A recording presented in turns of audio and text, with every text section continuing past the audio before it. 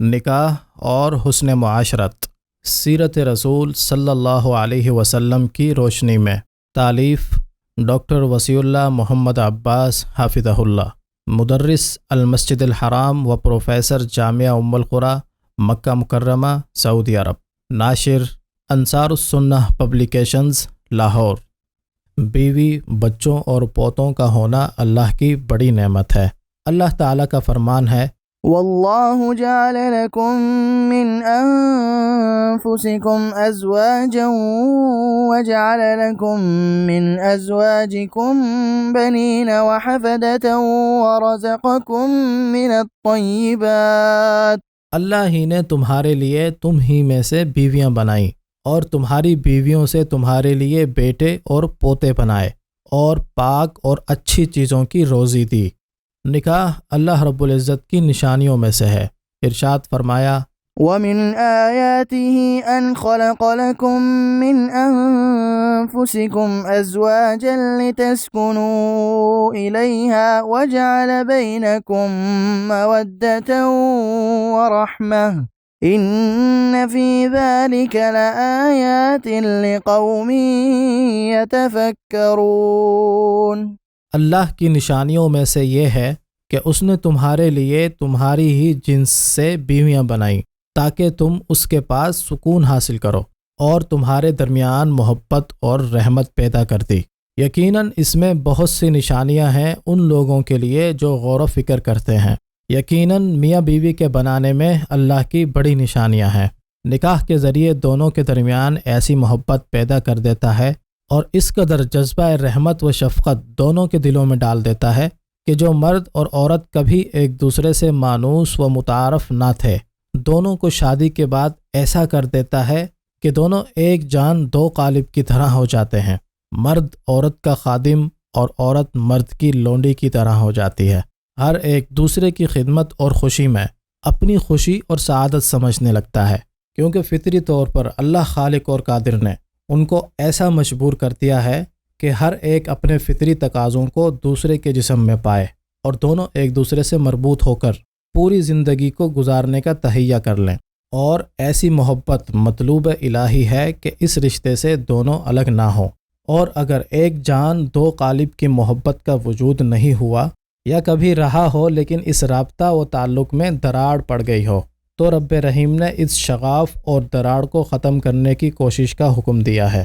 ارشاد فرمایا، وَإِنْ خِفْتُمْ شِقَاقَ بَيْنِهِمَا فَابْعَثُوا حَكَمًا مِّنْ أَهْلِهِ وَحَكَمًا مِّنْ أَهْلِهَا إِن يُرِيدَا إِصْلَاحًا يُوَفِّقِ اللَّهُ بَيْنَهُمَا إِنَّ اللَّهَ كَانَ عَلِيمًا خَبِيرًا۔ اور اگر میاں بیوی میں اختلاف کا ڈر ہو تو دونوں کی طرف سے صلح کرانے والوں کو بھیجو۔ اگر وہ اصلاح کرنا چاہتے ہیں تو اللہ دونوں کے اختلاف کو ختم کر دے گا۔ اللہ جاننے اور خبر رکھنے والا ہے۔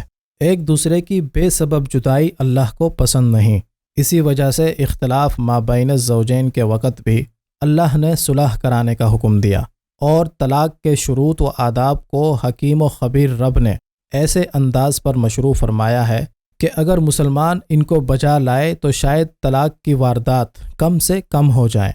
خطبہ، منگنی کہتے ہیں کسی عورت یا ولی کے ذریعے کسی عورت سے شادی طلب کرنے کو۔ خطبہ کی مشروعیت میں بہت سی احادیث وارد ہیں، جن میں سے ایک درج ذیل ہے۔ عن جابر بن عبد الله رضي الله عنه قال قال رسول الله صلى الله عليه وسلم إذا خطب أحدكم المرأة فإن استطاع أن ينظر إلى ما يدعو إلى نكاحها فليفعل۔ اگر کوئی کسی عورت سے منگنی کرے تو اگر وہ اسے دیکھ سکتا ہے جس کی وجہ سے نکاح میں رغبت ہو تو دیکھ لے۔ شادی کرنے کا حکم شرعی، فرمان الہی ہے، فَانكِحُوا مَا طَابَ لَكُم مِّنَ النِّسَاءِ مَثْنَىٰ وَثُلَاثَ وَرُبَاعَ فَإِنْ خِفْتُمْ أَلَّا تَعْدِلُوا فَوَاحِدَةً أَوْ مَا مَلَكَتْ أَيْمَانُكُمْ۔ عورتوں میں سے جو بھی تمہیں اچھی لگیں تم ان سے نکاح کر لو، 2 3 4 سے، مگر تمہیں اگر عدل و انصاف نہ کر سکنے کا خوف ہو تو صرف ایک ہی شادی کرو یا لونڈی رکھو۔ اسی طرح احادیث میں بھی شادی کی ترغیب آئی ہے، بلکہ اس کا حکم ہے، اور اللہ و رسول کا حکم وجوب کے لیے ہوتا ہے اگر کوئی دوسری دلیل اس کے خلاف نہ ہو۔ نیز واجب کو چھوڑنے سے آدمی گناہ گار ہوگا۔ عبداللہ ابن مسعود رضی اللہ عنہ سے روایت ہے، كنا مع النبي صلى الله عليه وسلم شبابا لا نجد شيئا فقال لنا رسول الله صلى الله عليه وسلم يا معشر الشباب من استطاع منكم الباءة فليتزوج فإنه أغض للبصر وأحصن للفرج ومن لم يستطع فعليه بالصوم فإنه له وجاء۔ یعنی ہم نبی کریم صلی اللہ علیہ وسلم کے ساتھ تھے، ہم غریب و فقیر تھے، تو رسول اللہ صلی اللہ علیہ وسلم نے ہم سے کہا کہ اے نوجوانوں، تم میں سے جو بیوی کو بسانے اور کھلانے پلانے کی طاقت رکھتا ہو وہ شادی کر لے، کیونکہ شادی سے اس کی نظر نیچے رہے گی اور شرم گاہ کی حفاظت ہوگی، اور جو شادی کی مالی طاقت نہیں رکھتا وہ صوم رکھے، صوم سے اس کی شہوت کو سکون ملے گا۔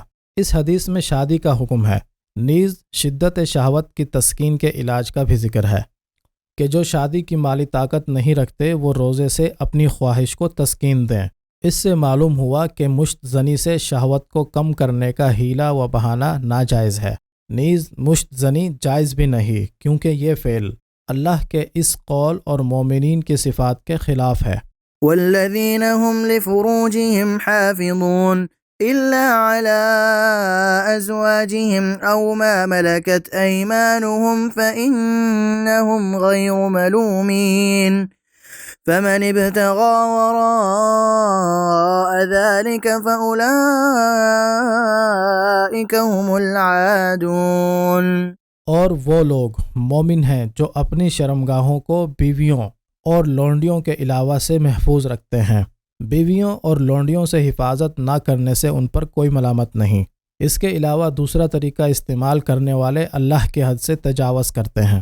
ام المومنین عائشہ رضی اللہ عنہا کہتی ہیں کہ شادی کر کے بیوی اور لونڈیوں کے علاوہ سے شہوت پوری کرنے والا حد سے تجاوز کرنے والا ہے۔ اسی طرح دواؤں کے ذریعے شہوت کا ختم کرنا یا اپنے کو خصی کر لینا بھی جائز نہیں، اور جنہوں نے بیویوں سے الگ رہنے یا شادی نہ کرنے کا فیصلہ کر لیا تھا، جب نبی کریم صلی اللہ علیہ وسلم کو ان کے اس ارادے کا علم ہوا تو آپ نے ان سے برات کا اظہار فرمایا۔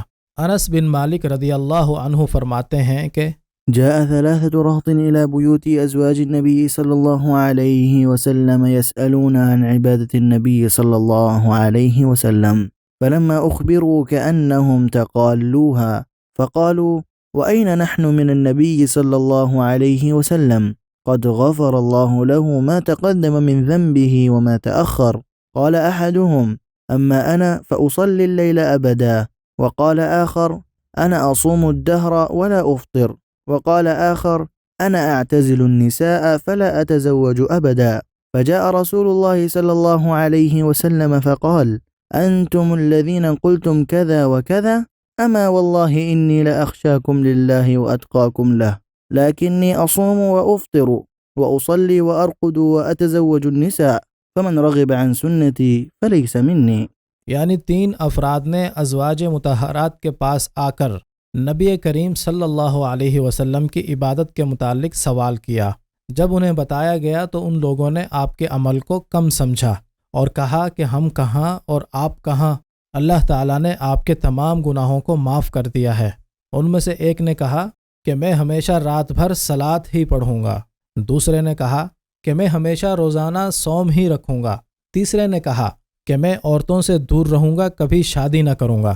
جب آپ صلی اللہ علیہ وسلم آئے، آپ کو بتایا گیا تو آپ نے فرمایا کہ تم نے ایسی ایسی باتیں کہی ہیں، جان لو میں تم سے بڑھ کر اللہ سے ڈرنے والا اور تقوی والا ہوں، پھر بھی میں صوم رکھتا ہوں اور نہیں بھی رکھتا، رات میں صلاۃ پڑھتا ہوں اور سوتا بھی ہوں، عورتوں سے شادی بھی کرتا ہوں، تو جو بھی میری سنت سے بے رغبت ہوگا وہ مجھ سے نہیں۔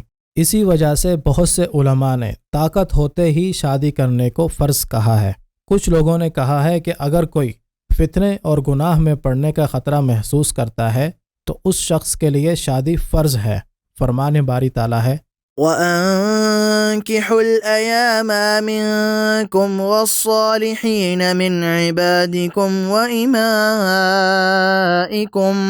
إن يكونوا فقراء يغنهم الله من فضله واللہ واسع علیم۔ تم میں سے جو غیر شادی شدہ ہیں اور تمہارے غلام اور لونڈیوں میں سے جو نیک ہوں ان کے نکاح کر دو۔ اگر وہ غریب و نادار ہیں تو اللہ اپنے فضل سے ان کو غنی کر دے گا۔ اللہ بڑی وسعت والا اور جاننے والا ہے۔ علامہ ابن کثیر لکھتے ہیں اس آیت میں شادی کرنے اور کرانے کا حکم ہے، اور بہت سے علماء نے شادی کی طاقت رکھنے والے پر شادی کو واجب کہا ہے۔ ان کا استدلال اس حدیث رسول سے ہے جس میں نبی کریم صلی اللہ علیہ وسلم ارشاد فرماتے ہیں کہ نوجوانوں کی جماعت، تم میں سے جو شادی کی مالی طاقت رکھتا ہے تو وہ شادی کر لے، کیونکہ شادی نگاہوں کو نیچے رکھنے اور شرم گاہ کی حفاظت کرنے والی ہے، اور جس کو مالی طاقت نہ ہو تو وہ صوم رکھے، اس لیے کہ صوم اس کی شہوت کو توڑ دے گا۔ یہ حدیث گزر چکی ہے۔ اس کے علاوہ اور احادیث بھی ہیں جن میں شادی اور تکثیر اولاد کی کوشش کا حکم ہے۔ اس لیے نوجوانوں کو چاہیے کہ اگر ممکن ہو تو جلد ہی شادی کرنے کی کوشش کریں۔ لڑکا اور لڑکی دونوں کو یہ حکم ہے۔ بہت سے طلبہ اور طالبات اپنی تعلیم مکمل کرنے کے بہانے شادی میں تاخیر کرتے ہیں۔ شاید اس کی وجہ یہ ہے کہ شادی کو امت محمد صلی اللہ علیہ وسلم نے سنت رسول کے خلاف بہت ہی مشکل کام بنا دیا ہے۔